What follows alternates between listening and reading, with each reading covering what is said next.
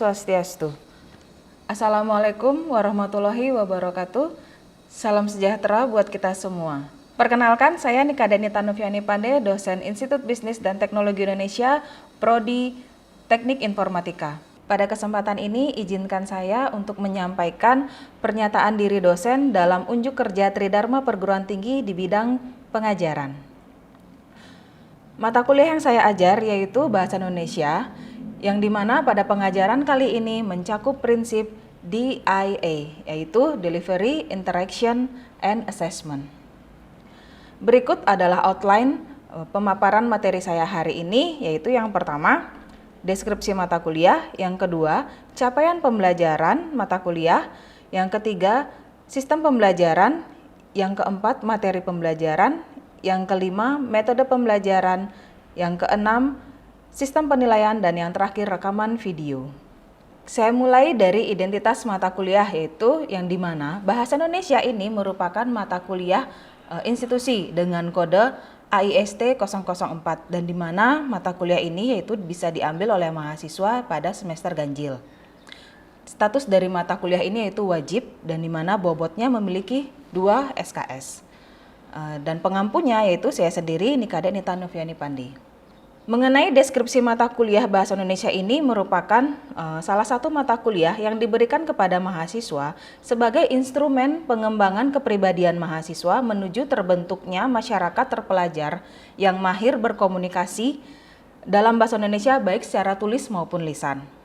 Dan di mana melalui mata kuliah ini mahasiswa diharapkan mampu untuk memperoleh keterampilan bahasa Indonesia terutama dalam ragam tulis akademik maupun presentasi ilmiah sebagai alat untuk mempelajari keilmuannya. Adapun CPMK yang dicapai pada mata kuliah ini itu ada 11 CPMK, yang dimana yang pertama, mahasiswa mampu menjelaskan hakikat, kedudukan, dan fungsi bahasa Indonesia secara mandiri. CPMK yang kedua, mahasiswa mampu menjelaskan ragam bahasa Indonesia secara mandiri. CPMK yang ketiga, mahasiswa mampu menggunakan tanda baca dengan baik dan benar. CPMK yang keempat, mahasiswa mampu menentukan diksi atau pemilihan kata yang tepat dan sesuai. CPMK yang kelima, mahasiswa mampu menelaah kalimat efektif yang sesuai dengan syarat-syarat yang berlaku. CPMK yang keenam, mahasiswa mampu menguraikan jenis-jenis paragraf berdasarkan ketentuannya. CPMK yang ketujuh, mahasiswa mampu menelaah kutipan dan daftar pustaka sesuai dengan pedoman yang berlaku. CPMK yang kedelapan, mahasiswa mampu membandingkan teks akademik dan non-akademik.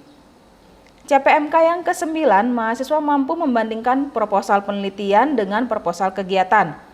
CPMK yang ke-10, mahasiswa mampu membandingkan laporan penelitian dan laporan kegiatan. Dan CPMK yang terakhir, mahasiswa mampu membuat artikel ilmiah. Untuk sistem pembelajarannya itu ada dua, yang pertama ansinkron dan sinkron. Untuk ansinkron itu diadakan kuliah tatap muka langsung di kelas. Untuk ansinkronnya itu menggunakan LMS berupa video pembelajaran, absensi, kuis, tugas, UTS, UAS melalui ELSA. Yang dimana ELSA tersebut merupakan Learning Management System Instiki, yang dimana bisa diakses di elsa.instiki.ac.id. Untuk materi pembelajaran itu ada 11. Yang pertama, hakikat dan kedudukan bahasa Indonesia. Yang kedua, ragam bahasa. Yang ketiga, punktuasi atau tanda baca. Yang keempat, diksi atau pilihan kata. Yang kelima, ada kalimat efektif. Yang keenam, ada paragraf.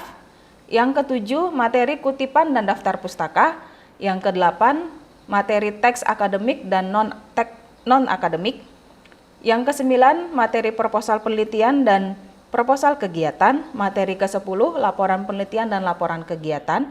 Dan materi yang ke-11 itu adalah artikel ilmiah. Untuk penilaian mata kuliah Bahasa Indonesia itu memiliki komponen penilaian sebagai berikut. Kuis itu saya beri persentase 10%, untuk tugas 20%, untuk ujian tengah semester 25%, ujian akhir semester itu 30%, dan yang terakhir keaktifan serta absensi itu 15%. Jadi total keseluruhannya 100%. Demikianlah pemaparan materi terkait bahasa Indonesia, deskripsi mata kuliah bahasa Indonesia, yang dimana dilanjutkan dengan video pembelajaran bahasa Indonesia di kelas.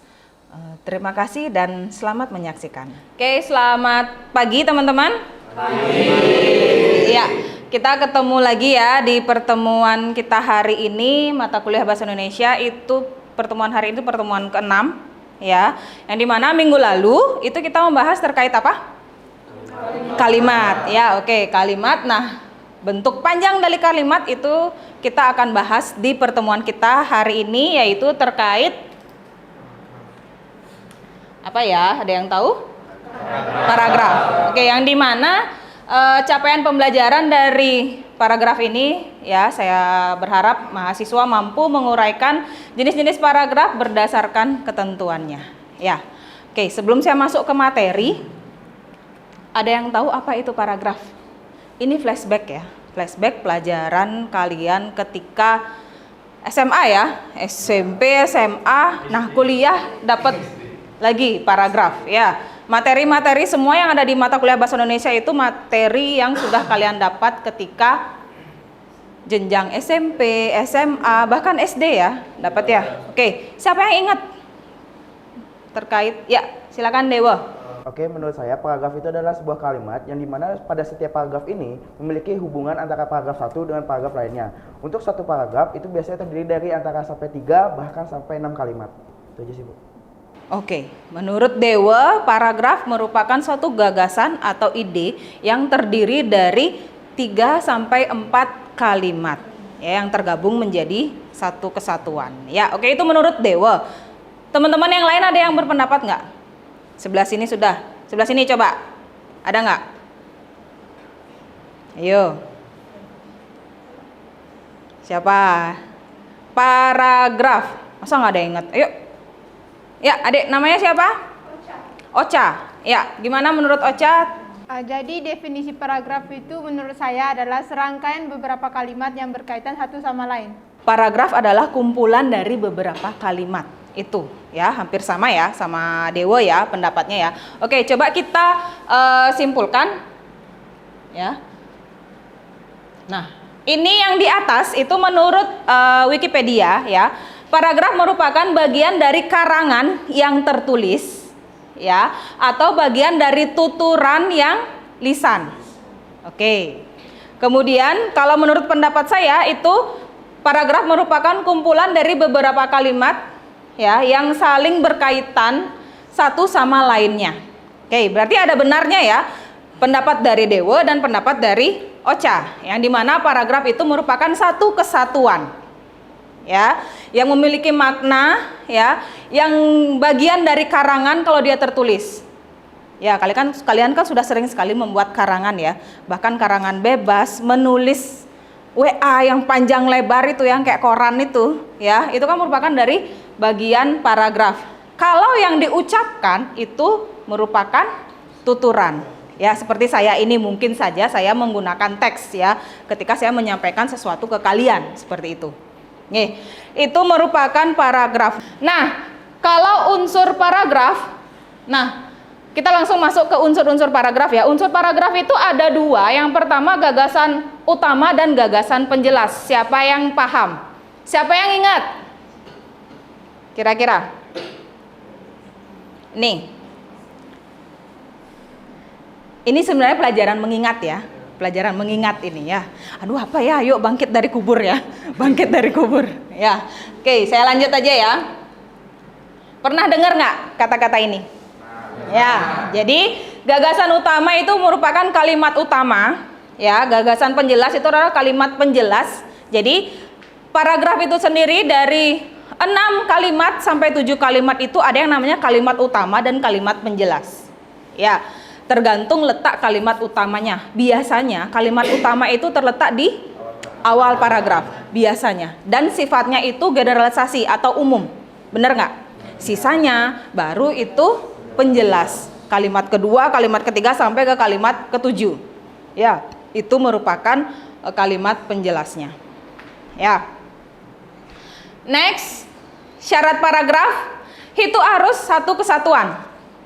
Ya, satu kesatuan.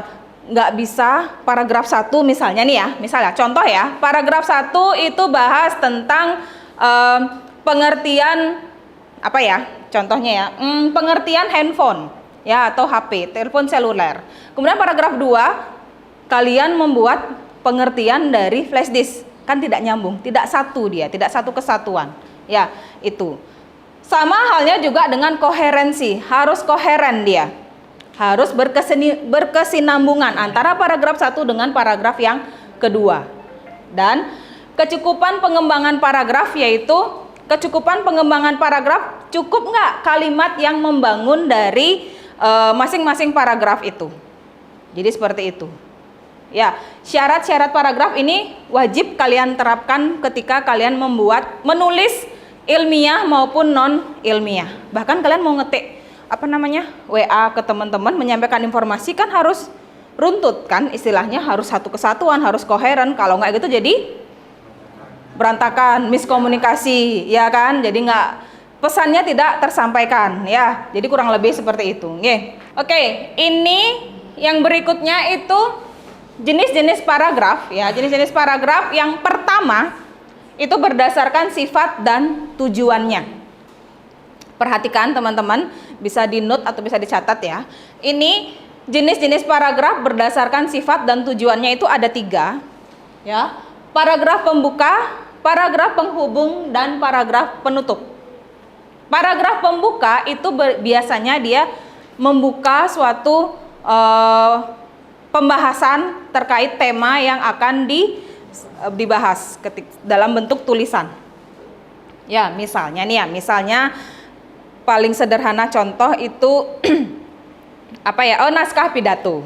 Ya, naskah pidato, ya. Siapa sini sering lomba pidato? Atau jadi juri lomba pidato? Saya ya jadi juri lomba pidato ya. Juri lomba pidato. Naskah pidato, paragraf pertama itu terkait apa? Pembukaan isinya apa biasanya? Sambutan, ya. Itu bisa ya, sambutan selamat pagi, ucapan terima kasih, ucapan syukur, ya kan? Puji syukur kita panjatkan kehadiran Tuhan. Nah, panjang lebar, ya. Itu merupakan bisa kita kategorikan sebagai paragraf pembuka. Kemudian paragraf penghubungnya yang mana? Isian naskah pidato tersebut. Ya, itu merupakan paragraf penghubung, ya, menghubungkan dari paragraf yang awal sambutan langsung masuk ke intinya dia mau bahas apa. Ya, mau menyampaikan apa pada teks pidato itu. Kayak gitu. Gambaran apa yang isian pidato itu ada di sana. Ya. Kemudian yang terakhir paragraf penutup biasanya isinya tentang apa? Naskah pidato masih nih. Ucapan terima kasih, kemudian kesimpulan, ya, kesimpulan dari pidato yang dia sampaikan. Ya, kurang lebih seperti itu untuk jenis paragraf yang pertama berdasarkan sifat dan tujuannya. Ya, jadi paham teman-teman? Sampai di sini ada pertanyaan? Belum ada. Ya, oke. Kemudian yang kedua, nah, ingat-ingat lagi, ada jenis paragraf berdasarkan letak kalimat utamanya. Siapa yang masih ingat? Saya belum iniin dulu nih slide-nya, belum saya next. Siapa yang ingat kira-kira? Lupa namanya sih. Lupa namanya? Cuman yang saya tahu itu kalimat utamanya itu biasanya ada di awal paragraf, di akhir paragraf, di tengah paragraf, sama di awal dan di akhir paragraf. Oke, itu penjelasannya. Nama paragrafnya nggak tahu?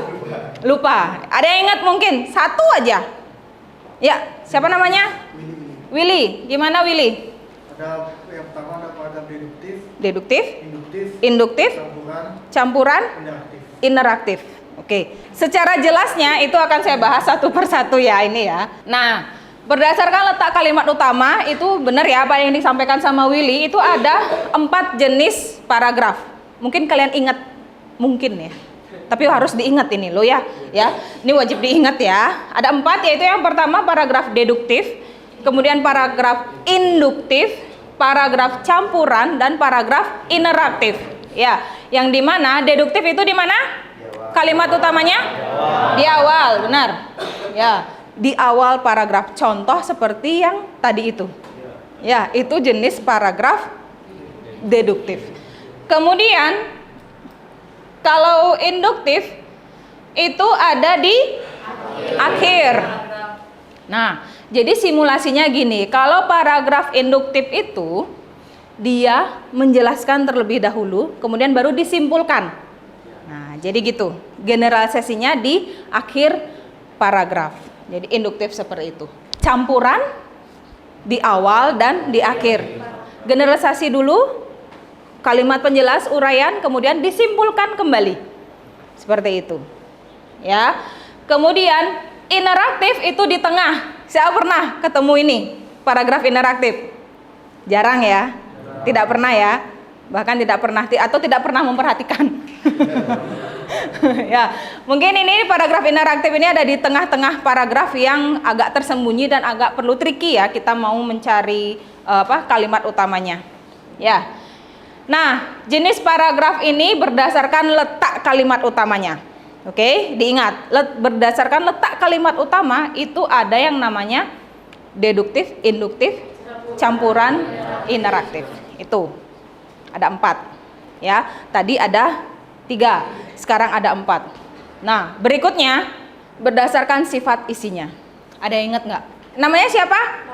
Novi. Sama ya, Novi. Ya, Novi, yang seingatnya Novi itu jenis paragraf berdasarkan sifat isinya apa? Naratif 1. Siapa yang ingat lagi? Benar ya, baru 1. Deskriptif, ya, Willy, deskriptif. Apa lagi? Siapa lagi? Oke, lupa ya teman-teman ya. Oke, yang pertama itu deskriptif atau deskripsi itu sama ya. Ya, naratif atau narasi itu sama. Baru 2. Kemudian yang ketiga itu persuasif atau persuasi itu sama. Jadi akhiran if sama situ itu sama ya pengertiannya. Sama argumentasi atau argumentatif itu sama ya. Jadi ada 4 ya. Yang pertama narasi, deskripsi, persuasi, dan argumentasi. Jadi ada 4 ya. Tuh. Kita akan bahas satu-satu ya yang berdasarkan sifat isinya. Jadi maksud di sini yaitu isi paragraf itu jenisnya apa sih? Kalau paragraf narasi itu kayak gimana? Kalau paragraf persuasi itu kayak gimana? Paragraf deskripsi itu bagaimana? Argumentasi itu bagaimana? Jadi ketika kalian membaca suatu paragraf atau membaca suatu wacana, itu kalian bisa langsung mengkategorikan paragraf itu jenis pengembangan sesuai dengan isinya itu apa paragraf tersebut. Ya, jadi satu paragraf itu bisa dianalisis 3 jenis. Yang tadi letak kalimat utamanya, yang ini sifat isinya, sama yang tadi fungsi dan tujuannya. Ya, jadi satu paragraf itu bisa kalian analisis ketiga-tiganya. Ya. Yang pertama itu paragraf narasi. Narasi itu menceritakan suatu kejadian, ya. Alur yang dijelaskan itu jelas dari awal sampai akhir, ada alurnya loh ya. Paragraf narasi itu ada alurnya. Adanya peristiwa atau konflik di sana pada paragraf tersebut, dan terdapat unsur-unsur pembentuk seperti tema, alur, karakter, sudut pandang. Biasanya paragraf ini kita temui di mana? Cerita. Iya. Apa lagi? Di mana? Berita. Ya, benar banget. Nah, deskripsi. Deskripsi, mendeskripsikan. Ya. Jadi melukiskan atau menggambarkan suatu objek. Berarti di sana ada objek yang dijelaskan pada paragraf tersebut. Ya. Melibatkan panca indera untuk menjelaskan objek. Panca indera itu ke apa? Biasanya yang dilibatin? Mata. Pikiran ya, mungkin ya. Kemudian imajinatif. Imajinatif ya. Karena kalian melukiskan kan, karena kalian menggambarkan. Ya. Kemudian mempengaruhi emosi dan membentuk imajinasi pembaca. Benar nggak? Kemudian argumen. Nah, ini kan sudah sering kali ya, sudah sering berargumen. Isinya tentang apa aja kalau paragraf argumentasi? pendapat, apalagi? Sudut pandang ya, pendapat, sudut pandang. Data ya, jangan lupa dengan data ya. Oke. Argumentasi sudah jelas sekali, itu merupakan argumen ya, atau pendapat kita, sudut pandang kita yang berisikan ide maupun pandangan penulis terhadap suatu permasalahan ya. Kemudian disertai dengan bukti yang logis ya. Pasti dong kalian berpendapat pasti terkait dengan adanya bukti ya kan, nggak mungkin kalian berpendapat seenaknya aja berpendapat kan, nggak mungkin ya. Kemudian disertai data yang faktual ya, pendapatnya kosong ya, jadinya ya tong kosong ya.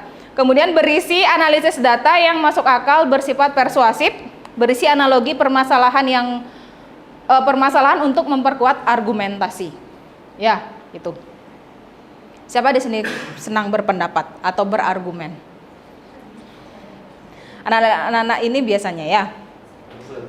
Iya, harus logis berpendapat. Ya, apalagi mahasiswa. Ada yang berpendapat bumi itu datar? Dulu mungkin ya, kita ya, dulu ya, waktu masih kecil ya. Ketika kuliah, sudah tahu bumi itu tidak datar ya. Yang terakhir itu persuasi. Ada yang tahu, ada yang ingat nggak? Persuasi biasanya gimana? Bersifat mengajak atau Bersifat mengajak. Lagi? Mempengaruhi ya. Tetap ya, semua paragraf itu berisi data dan fakta. Kemudian kalau persuasi ini bedanya itu ada mempengaruhi, unsur mempengaruhi kalian atau mengajak. Ya, untuk mengajak atau meyakinkan pembaca ya, di mana pembaca mempercayai tulisan yang ditulis oleh penulis berisikan kata-kata ajakan. Contohnya apa? Ayolah, marilah, kayak gitu. Ya, itu juga merupakan paragraf persuasi. Biasanya di sini itu digunakan oleh anak-anak marketing atau bahasa marketing. Ya, market yang tujuannya market. Ya, kayak gitu. Mungkin juga kalian berada di sini itu terpengaruh oleh ini ya. Apa namanya? Bahasa marketing kita bisa ada di ruangan ini ya. Gitu ya, benar nggak? Ya, benar. Ya, itu. Ya. Dan yang terakhir ini hampir kelupaan, yaitu paragraf ternyata ada 5, eksposisi. Ya, paragraf eksposisi ini memakai bahasa baku, penyampaian teks lugas, berisi informasi tentang pengetahuan. Ya, tulisan tidak memihak atau tidak memaksa kemauan, bersifat objektif dan netral, berisi data dan akurat sebagai fakta pendukung. Ini bisa kita temui pada artikel ilmiah. Ya, jadi sana kan bahasanya baku semua. Ya, paragraf eksposisi ini bisa kalian temui di jurnal, ya, di mana? Buku pelajaran SMA. Ya, buku mata kuliah. Emang sekarang banyak ada buku? Ada buku SKS, buku SKP. Itu kan buku panduan, buku gini udah ada enggak kan? Paling kalian suruh nyari di jurnal ya, biasanya ya jurnal ya di situ ya.